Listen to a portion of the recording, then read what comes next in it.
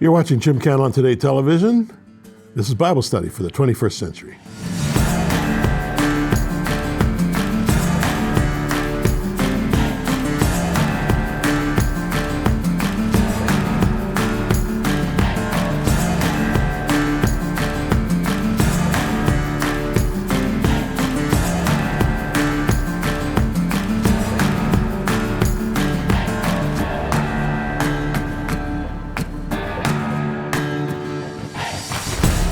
So welcome, friends. Jim Cantelon here. I know Christmas is past, but if you're Orthodox Christian or some of the other Orthodox religions, Christmas is still coming. But for most of us here in North America, it is past. But I still feel in the Christmas spirit. Most of our decorations are still up, right? And you're feeling Christmassy. Nevertheless, we got to get on with it. The New Year is approaching. And so we'll get back to Matthew right after this.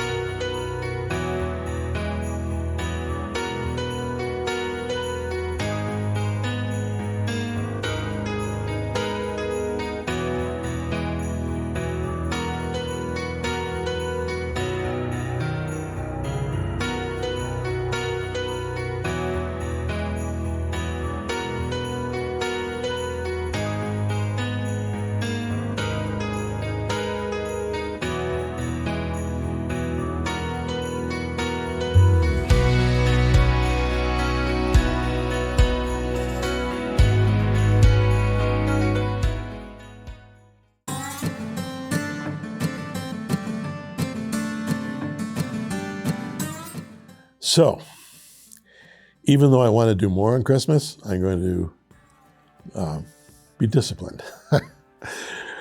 I still have that childlike desire to see Christmas, every day of the year.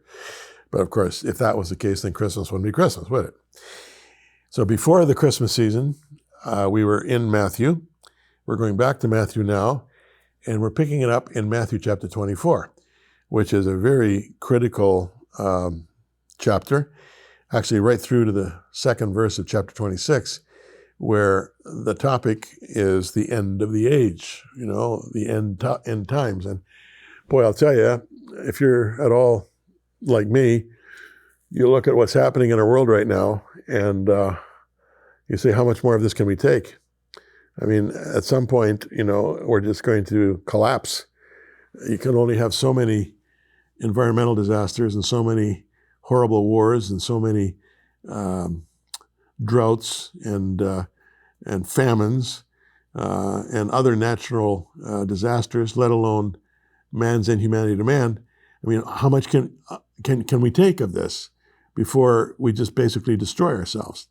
And so there are those who are, if you will, in the spirit of that view, coming up with all kinds of proclamations about the last days, and you got various prophetic ministries telling you it's going to happen here, it's going to happen there, it's going to happen. Let's see what Jesus had to say about it, okay? Okay. Matthew 24, verse 1. Jesus left the temple and was walking away when his disciples came up to him to call his attention to its buildings. Do you see all these things? Truly, I tell you, not one stone here will be left on another. Whoa. Everyone will be thrown down. The disciples were just Galileans. They were, simple blue-collar fisherman types. Matthew was a tax collector, but, the rest of them were probably not all that well educated, although Peter, the blusterer, writes very good literature when he writes his letters. John, of course, very excellent writer in terms of 1st, 2nd, 3rd John, Book of Revelation, Gospel of John. So, they were not all illiterates by any stretch, but they're not used to these big buildings. I remember the first time I went to Toronto with my high school grade 9 orchestra for a competition. I was living in Sudbury, Ontario, which is Northern Ontario, and it was my first time in Southern Ontario, and I'm walking down Yonge Street in Toronto, and the roof of my mouth was being sunburned. I was just looking up the whole time, gaping at the height of the buildings. Mind you, if I saw what they now are, I probably would have been flat on my back in amazement. But that's essentially what was happening here. And they're looking at this, and they're astonished. And Jesus said, no, hang on here. Hang on. We're going to see the end of the age for sure, but maybe not in the terms that you think they will be seen. Let's carry on. As Jesus was sitting on the Mount of Olives, the disciples came to him privately. Tell us, they said, when will this happen? What will be the sign of your coming and of the end of the age? Watch out, no one deceives you, Jesus said. For many will come in my name, claiming I'm Messiah, will deceive many. You'll hear of wars and rumors of wars. See to it you're not alarmed. Such things must happen, but the end is still to come. Nation will rise against nation, kingdom against kingdom. There'll be famines, earthquakes in various places. All these are the beginning of birth pains. Then you'll be handed over to be persecuted, put to death. You'll be hated by all nations because of me. At that time, many will turn away from the faith and will betray one another. Many false prophets will appear, deceive many people. Because of the increase of wickedness, the love of most will grow cold. But the one who stands firm to the end will be saved. And this gospel of the kingdom will be preached in the whole world as a testimony to all nations, and then the end will come. Okay, let's just stop at that point. The expectation shared by many early followers of Christ was that his return, in the Greek it's called parousia, would occur sometime around the events of the Jewish War, which culminated in the destruction of Jerusalem and the temple in 70 AD. But in this section of Matthew, Jesus teaches that his disciples will have to be on the lookout for a few other markers. Two things especially stand out. A season of apostasy, and then the evangelization of the entire Gentile world, the entire Gentile world.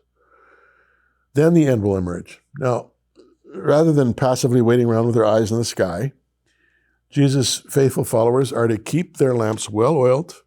That's in chapter 25, and we'll get to that, especially in the care of the marginalized people, in the Hebrew Am Haaretz, people of the land.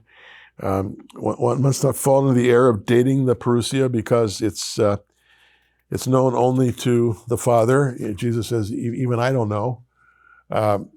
Any date setter will be totally wrong. Yet how many times in history have self-proclaimed prophets called their credulous followers to clothe themselves in white and gather on a high mountain somewhere to greet the returning Jesus? Let the humble pilgrim beware, okay? So, getting back. Let's start again with verses 1 through 3. I kind of just did some summary comments there. As I say, the Galileans were rustic. I should say the 12 disciples were rustic Galileans. On a casual walk with Jesus past the temple, they comment with tourist-like wonder at the awesome construction. Jesus' response? It's all coming down. All coming down. Whoa. We hear you, Jesus, but we don't quite get it. All this talk about death and resurrection. Okay, whatever. But when will the end come? And what sign will we have that you're behind it all? These fishermen wanted to cut to the chase.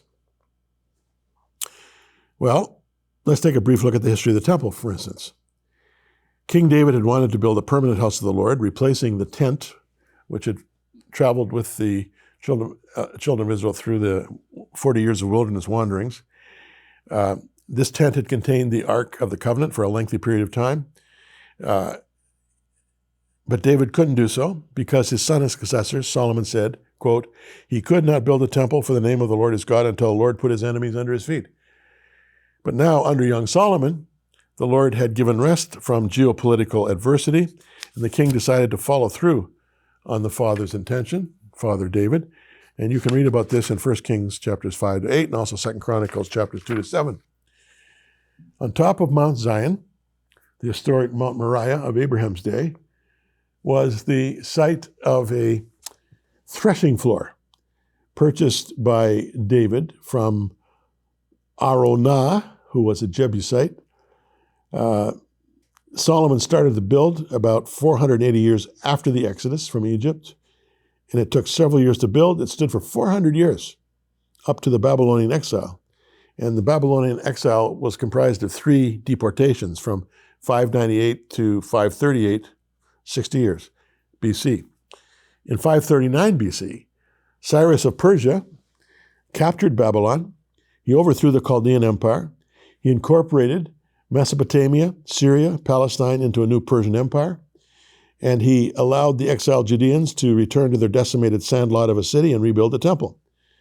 Zerubbabel was tasked with the project, which took about 25 years to complete, and it stood for 500 years. So Solomon's temple, 400 years, Zerubbabel's temple, 500 years. This temple is usually referred to as the Second Temple, which includes the post-exilic period and the time of Herod, with his new Third Temple. So even though Herod built a Third Temple, it's still referred to as the Second Temple era. Zerubbabel's temple was desecrated and neutralized around 168 by Antiochus Epiphanes. Herod started to build his impressive version of the temple in 20 BC. He built quickly, not much more than 1.5 years. It was done, although some ongoing construction lasted for 40 years. It was the temple of Jesus' time. It stood for merely 100 years. And as Jesus had predicted, it was razed in 70 AD by the Romans. So, the disciples are admiring it. Jesus said, all coming down, guys, all coming down. You know, when Jesus took on flesh and dwelt among us, full of grace and truth, he laid aside his godlike attributes. This is what Philippians calls the emptying of Jesus' life in order to become human. But he still had insights and he had knowledge that no other human being had ever had and never ever will have. He knew the temple would come down. He didn't talk about 70 AD. He didn't talk about Titus, the Roman legions coming in and totally ruining the city. But the fact of the matter was, he was right. Even as the disciples admired the beautiful construction, Jesus saw its ending. I'll be back right after this.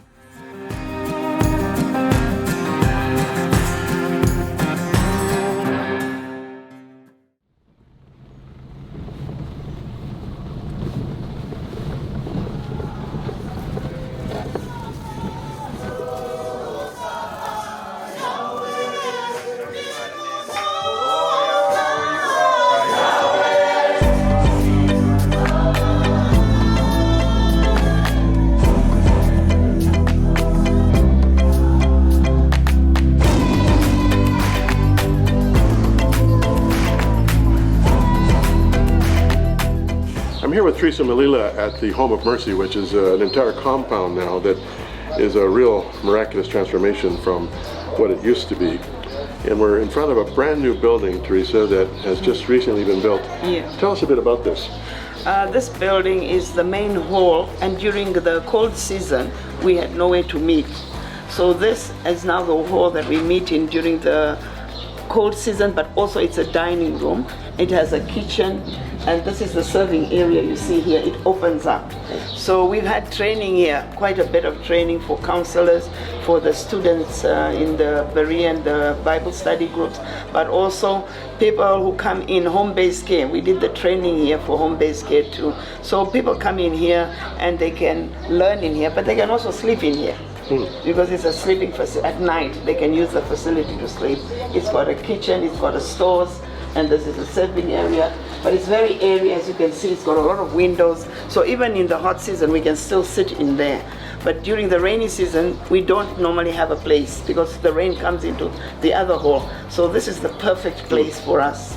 And even the children, when they come, the survivors, this is where we sit with them. You mentioned the survivors. It's called the Home of Mercy for a reason. Yeah. We can maybe talk more about that in another segment. But you do have a number of little girls and young women who've been rescued from sexual abuse. Yeah, about 66 right now. So they're right adjacent to this building. Yeah. And they have access for feeding and all the other things you're Yeah. talking about. And we meet every Friday with them in the afternoons.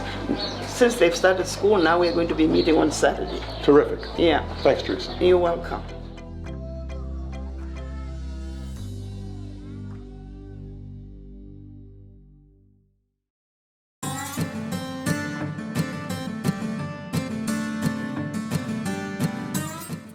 So the scene shifts from the temple to the Mount of Olives, and you can shift it in your mind very quickly, but to do it, in fact, takes a little time.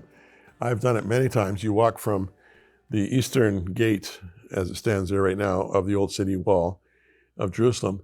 You have to go down the steep decline into the bottom of the Kidron Valley, and then you begin to climb up. And about a third of the way up to the top of Mount Zion is the Garden of Gethsemane. And that may have been the spot where Jesus and his disciples are sitting talking. They loved that place. Jesus certainly did. Anyway, they're sitting on the Mount of Olives, verse 3 of Matthew 24. And the disciples came to him privately. Tell us, they said, when will this happen? What will be the sign of your coming and of the end of the age? So, Jesus answers, watch that no one deceives you. Many will come in my name, claiming I'm Messiah, and deceive many. You'll hear of wars and rumors of wars. See to it you're not alarmed. Such things must happen. The end is still to come. Nation will rise against nation, kingdom against kingdom. There'll be famines and earthquakes in various places. All these are the beginning of birth pains. Well, first of all, Jesus warns his disciples to avoid being deceived by false prophets and, with their end time scenarios. And those who try to make portents, if you will, out of the usual suspects, wars, famines, plagues, earthquakes. These natural disasters and human conflicts, like the poor, are always with us. Their value is the reminder of creation's vulnerability. We are born to trouble as the sparks fly upward, as Job says. At best, these things should cause us to remember that the history of our planet is limited. In that sense, consider all of these various crises and disasters the beginning of birth pains. That's basically what Jesus is saying here. Keep your heads up. Keep your brains in gear, fellas. Don't be easily, totally deny any credibility to conspiracy theories. Boy, that's a relevant message these days, huh? I often ask people who try to unload conspiracy theories on me, what are you afraid of? My dad taught me, fear the Lord, fear nothing else. And boy, I've followed that my whole life. And indeed, the Bible says the fear of the Lord is the beginning of wisdom. If you want to be wise, fear the Lord. Don't fear anything else. Conspiracy theories, predicated on fear. Okay, I'll stop preaching. Keep your heads up. Keep your brains in gear, guys.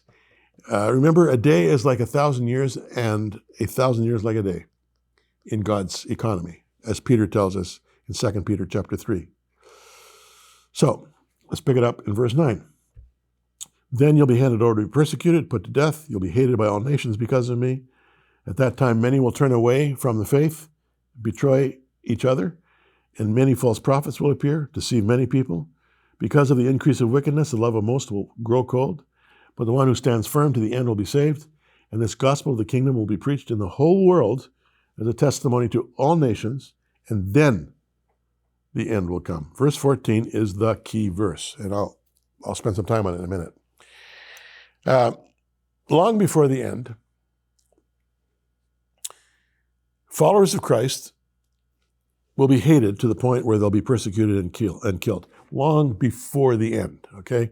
So we're talking here now in the short term, fellas. He's not talking about the last day. In the short term, okay, you're going to be hated to the point where you're going to be persecuted and killed. Every one of them, died a martyr's death, with the exception of John, who I think just died of old age on the Isle of Patmos, or maybe in Ephesus. The Roman historian Tacitus speaks of Christians as a class hated for their abominations, because they wouldn't bow down and worship the Roman emperor as a god. Relentless persecution came their way, and Jesus is warning that this coming persecution will erode faith and increase the instinct for survival to the point where many will turn away from the faith. That's called apostasy, turning away from the faith, and even betray family members.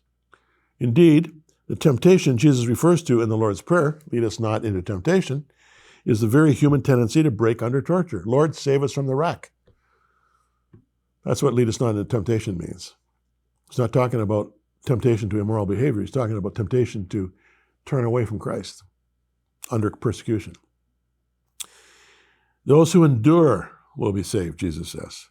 Then once the gospel has been preached throughout the whole world to all Gentile nations, then the end will come. Okay, now, I just want to stress this here. This gospel of the kingdom will be preached in the whole world as a testimony to all nations, then the end will come. If there's any strong indicator from Jesus himself about the end of days, it is this. The gospel of the kingdom preached to the whole world as a testimony to all nations, and then the end will come. Either that's true or it's not true. And I know that Jesus can come at any time. But I do know this, that the gospel has not been preached yet to the whole world, to the whole Gentile world. But we are closer to that being possible than at any time in the history of the Christian church. Because the internet, satellite communications, instant communications at that, is covering more and more and more of the world. Yet there are parts of the world where iPhones are not even known, where the internet is unknown. But there are faithful followers of Christ who are going into some of these darkest regions of the world, even as I speak, bringing the gospel to people who have never heard the name of Jesus.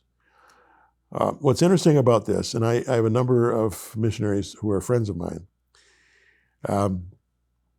often when speaking about Jesus to those who've never heard him before, their eyes widen. Oh, he's the one that I've been praying to. He's the one I've been reaching out to. And it's like, it's a no-brainer for them. Oh, tell me more about him. Where do I sign? I mean, it's really astonishing. The Bible says nobody comes except the Father draw him. The Lord is drawing all kinds of people in darkness to himself, even now, even today. And all they need is the right catalyst, the right stimulus. That would be, generally speaking, a human being with the message of Christ to just bring them to the point of decision. And so increasingly, the unreached world is being reached. There have never been more believers on the planet than there are today. And there is more every day. And so we are getting closer and closer to the gospel of the kingdom being preached to the whole world as a testimony to all nations, and then the end will come. Okay? That's what I hinge my end time expectation on. And mind you, I look at what's happening in our world, and like you, I shake my head. The Bible says that God, for his own reasons, has given Satan executive power. It's the prince of the power of darkness of the air. I see him as a warlord. And boy, is he ever up to it these days. Kingdom against kingdom, nation against nation, war on war on war on war. And then all of the fallout from that, especially famine and deaths of innocent people. I really wonder at this stage in history, if this isn't Satan's last kick at the can. I get the sense that the end may be nearer than we think.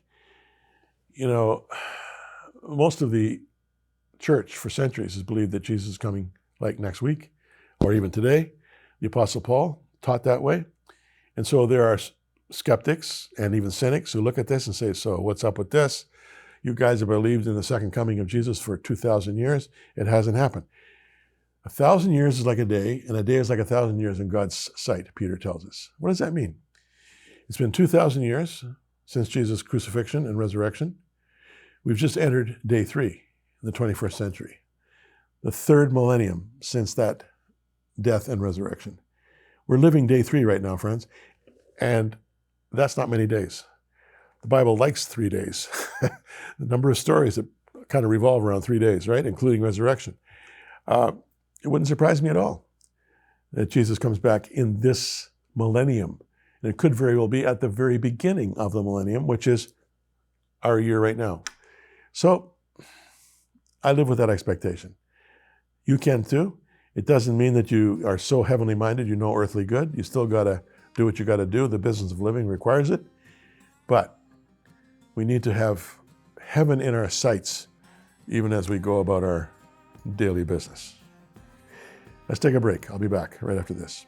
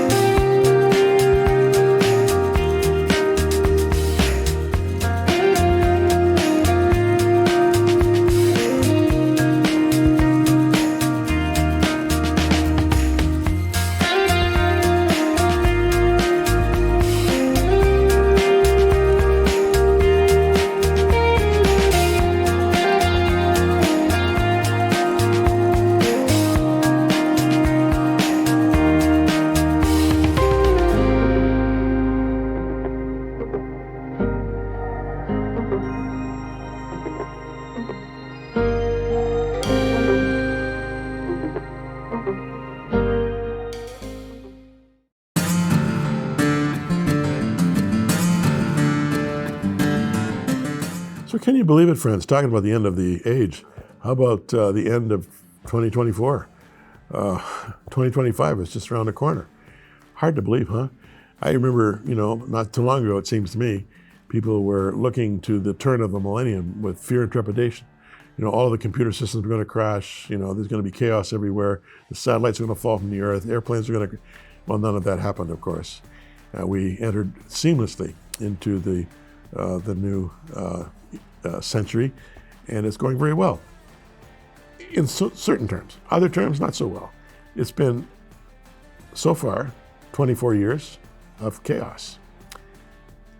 But thank God, none of this has taken him by surprise. He's omniscient.